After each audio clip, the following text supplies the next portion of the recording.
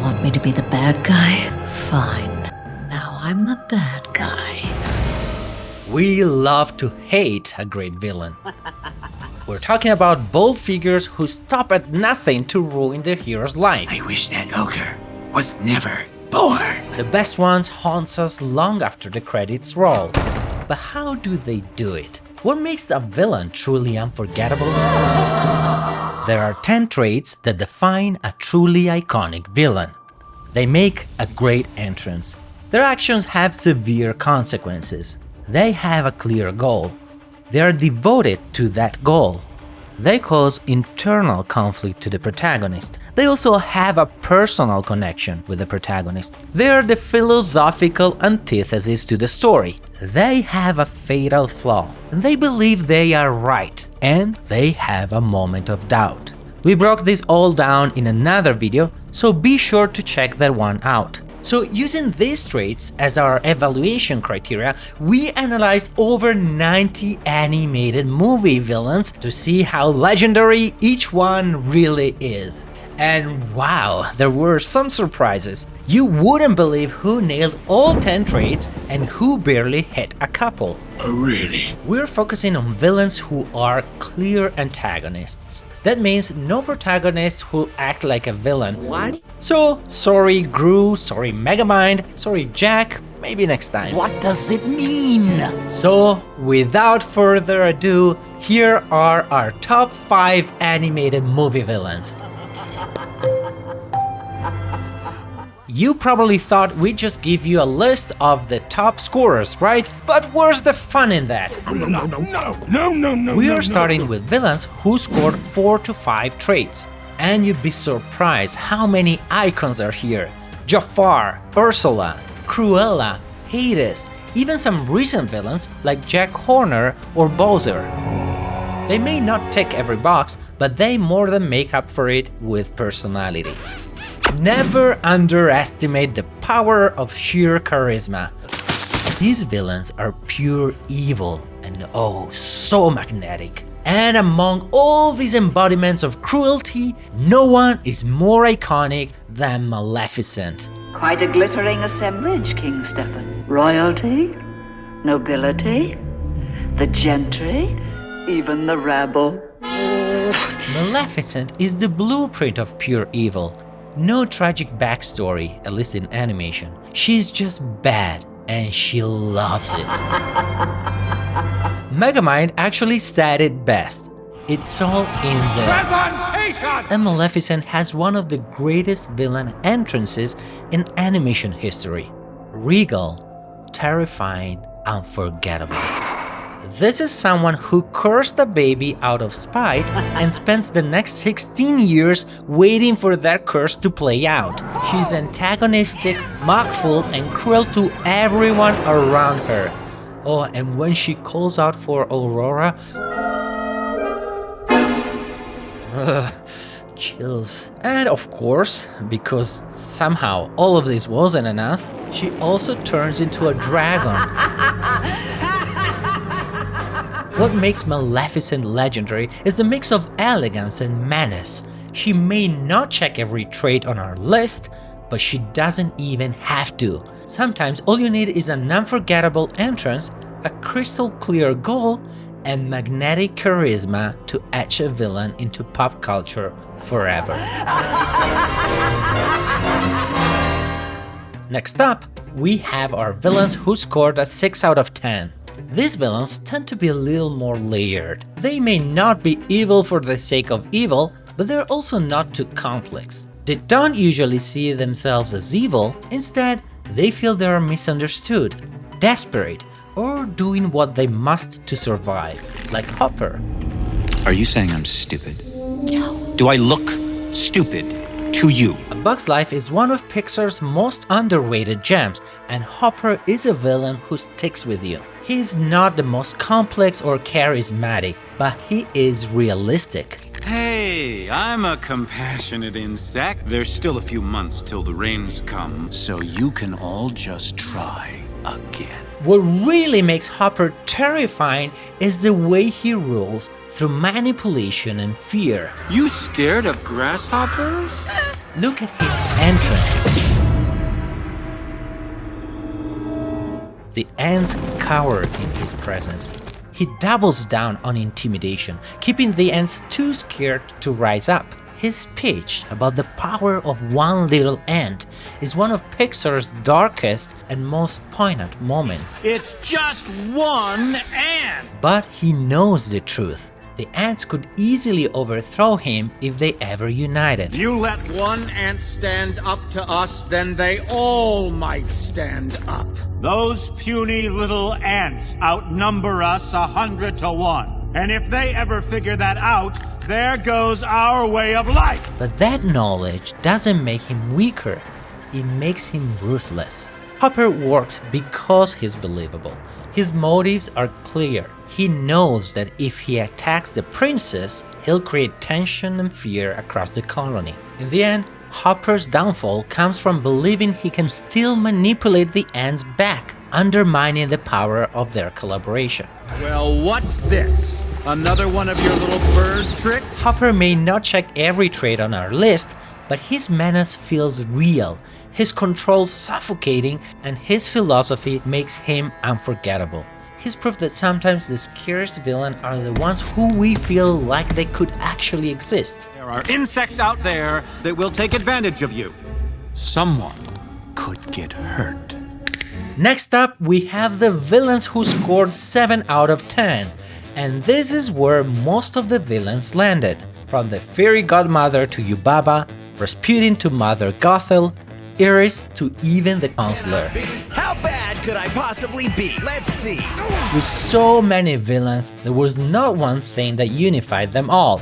So instead we asked, who is the scariest? We almost gave this spot to the other mother from Coraline, but ultimately we had to give the edge to a villain who embodies fear in an entirely different way, the wolf. Well, if it isn't Puss in Boots himself. This character is flat out terrifying. His very presence is enough to send shivers down your spine. How are we supposed to feel anything about him but dread? His reveal as the actual death takes him from frightening to bone-chilling.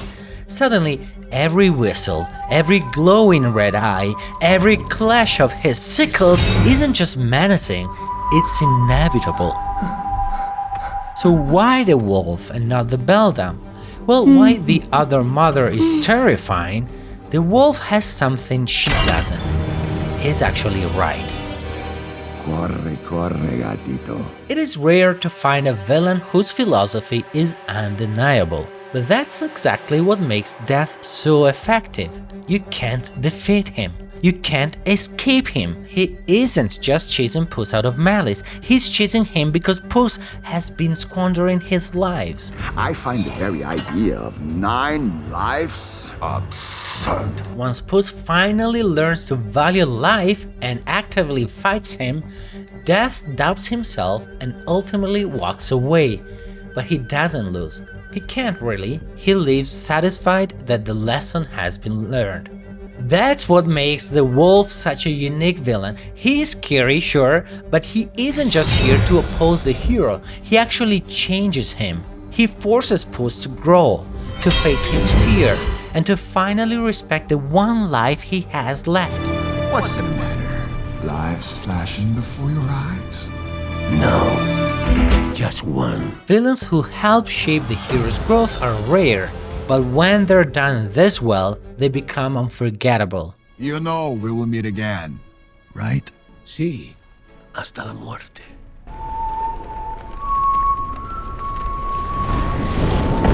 We are closing in on the top. Now it's time for the villains who scored 8 out of 10.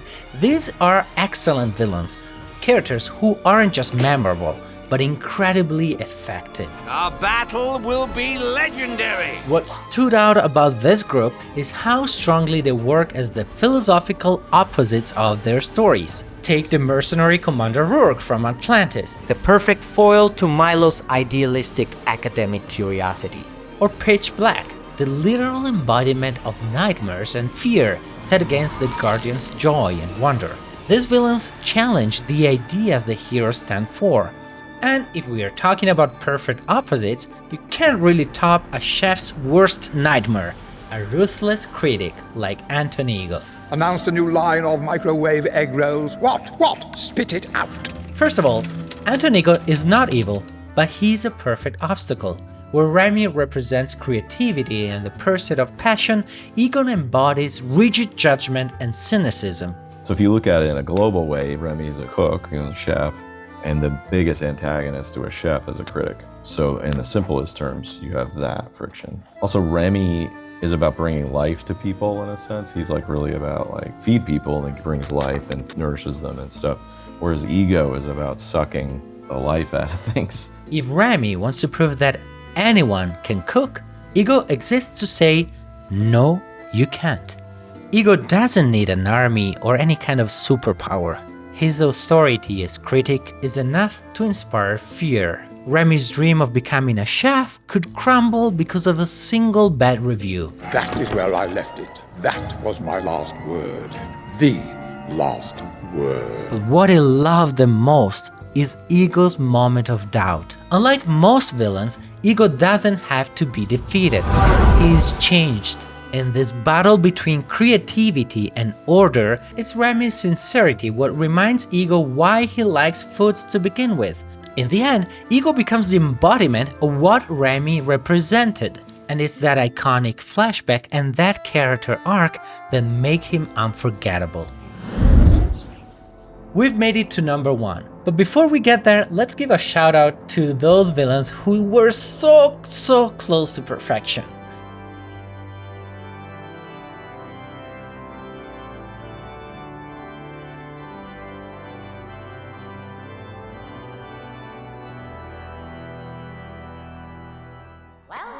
Ain't getting any deader. Back to work. Out of more than 90 villains, only 4 managed to hit a perfect score. Who would have guessed the bowler hat guy from Meet the Robinsons would make it? Yes, it's so evil! Man, that film is criminally underrated. Anxiety also made the list, which was unexpected. We were thrilled to see Ramses 2 here, because we love that movie so much, but sometimes the obvious answer is the right one. And without question, the greatest animated villain of all time is... It's Claude Frollo. Frollo is the perfect animated villain because he isn't just evil, he's human. This is an unholy demon. I'm sending it back to hell where it belongs. He checks every single trait on our list. His entrance is powerful, his actions have devastating consequences, and his goal is crystal clear and rooted in obsession. He raised an isolated Quasimodo, twisting his worldview to keep him obedient. He's not just an obstacle, but the very source of Quasimodo's low self-esteem and the perfect antithesis to the movie's theme of compassion. When your heartless mother abandoned you as a child, anyone else would have drowned you. And this is my thanks for taking you in and raising you as my son. Frollo sees himself as a man of God, devoted to justice, but every choice he makes is fueled by pride, hatred, or lust. A lesson needs to be learned here. His arrogance blinds him to the destruction he is causing, and it is his own pride that leads him to his downfall. Then there's Hellfire. Easily one of the most haunting villain moments in animation is the only time he shows real vulnerability. God have mercy on me. His desire and shame collide into doubt, but rather than turn back, he chooses to double down on cruelty, a perfect example of the power of the moment of doubt. Destroy Esmeralda and let her taste the fires of hell. Frollo isn't scary because of supernatural powers. He's scary because he feels real. He thinks he's serving good while committing evil. Choose me or the fire. He's manipulative, ruthless, contradictory, and so human. A distorted mirror of how twisted conviction and unchecked power can turn someone into true evil. I attack with 1,000 men. Remember, Just because we've got you a list of traits that make villains memorable doesn't mean your villain has to check every box. Knocked over! As you just saw, there are plenty of incredible villains who don't. The key is that your villain is effective and leaves an impact on your story. Now, who is your favorite villain? And also, do you agree with our ranking, or you think that maybe we got it wrong? And what about those traits we used to rank the villains? Now you can click here to find out how each of those traits work narratively. And I bet you'll never see villains the same way again. Don't forget to like, subscribe. You can also now join the channel membership for exclusive perks and hit the bell for notifications. I'm Pietro, this is Write for Animation, and I'll see you next time.